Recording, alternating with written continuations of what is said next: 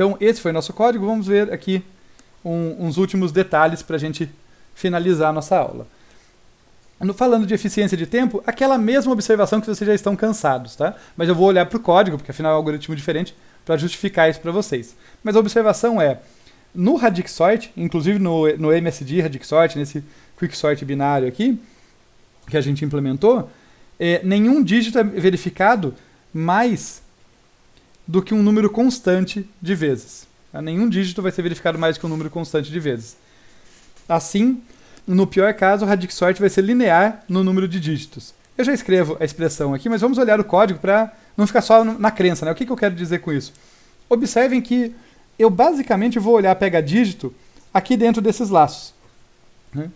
E eu só vou olhar para um determinado dígito de cada elemento, para um determinado dígito dos elementos, quando for a iteração, quando for a chamada recursiva, perdão, em que eu estou apontando para aquele dígito, né, que aquele dígito foi passado como parâmetro para mim.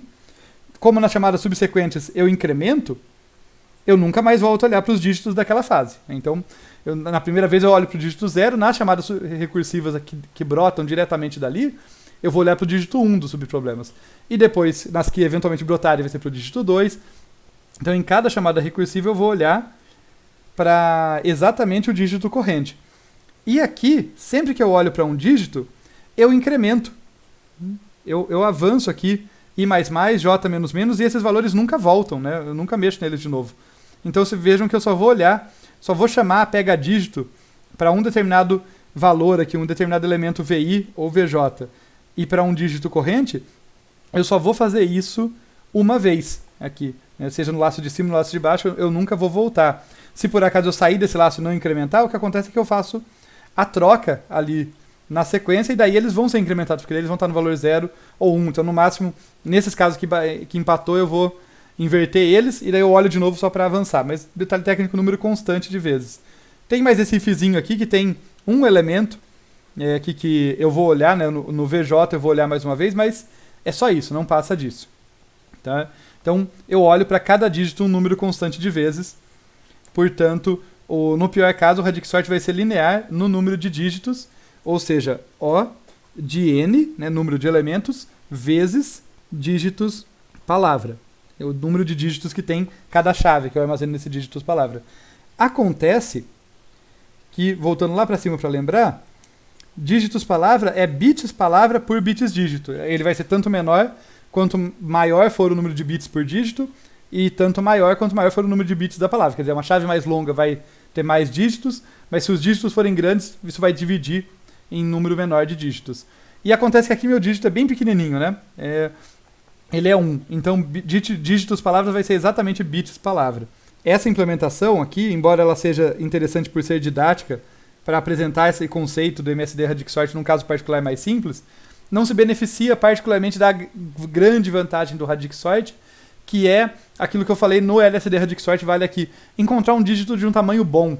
Encontrar um dígito que eu vou explorar a chave em um número pequeno de passadas, mas que a base, né, não vai ser tão grande, porque é o preço que eu pago. Né? A base vai sempre crescendo conforme eu aumento o número de dígitos. Então, nesse caso aqui, vai ser O de N vezes número de bits na chave. No pior caso. Tá? No caso aqui do Binary Quicksort. Lembrando que ele ainda pode se dar bem na prática, porque, como a gente viu, ele não necessariamente chega até o final. A gente olhou lá as questões do caso base. Ele percebe se um subproblema ficar trivial, ele para.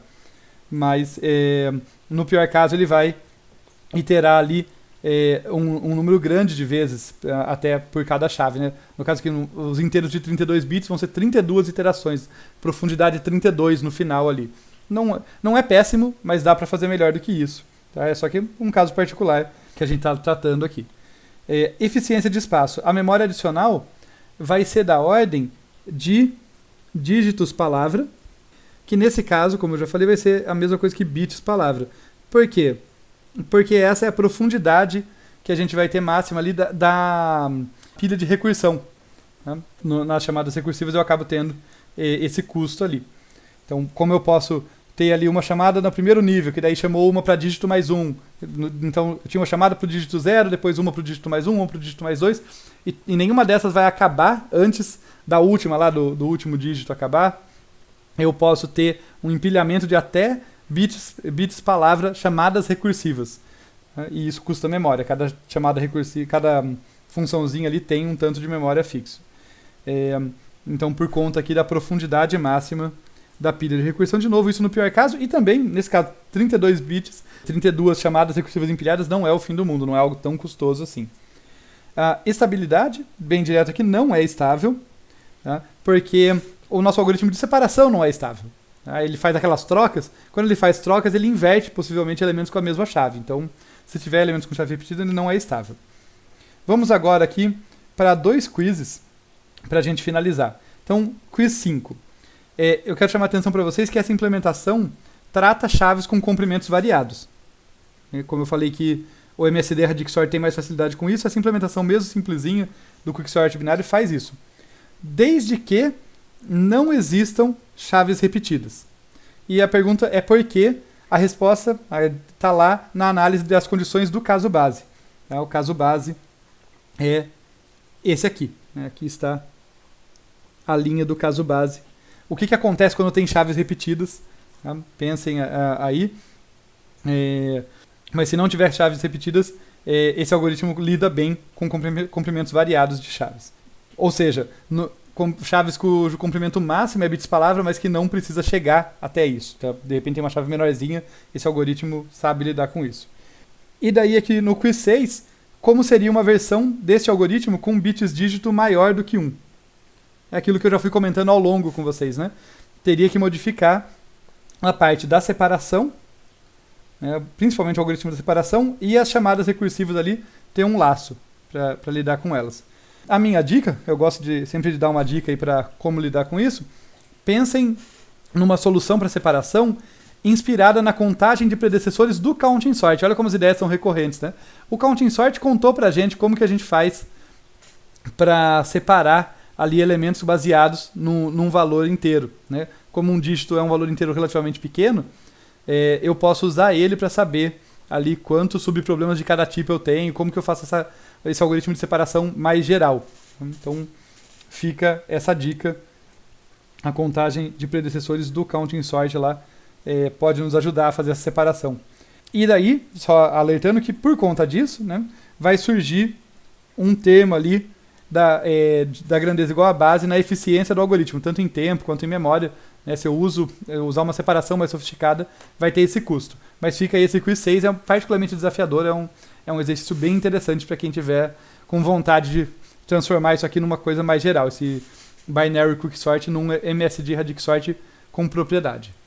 Bem, pessoal, finalmente finalizamos aqui o nosso estudo do Radixsort, e ele também foi a última etapa aqui no nosso blocão de ordenação. A gente viu ordenações eficientes de propósito geral, viu limitante inferior, e daí vimos bucket sort, counting sort, e construindo, né, o counting sort trabalhou muito aqui junto com o nosso Radixsort, esse método que é bastante útil ali, quando você precisa de muita eficiência, Radixsort tem relevância prática, tá? Não que os outros não tenham, mas ele é particularmente útil nas situações que a gente explicou aqui.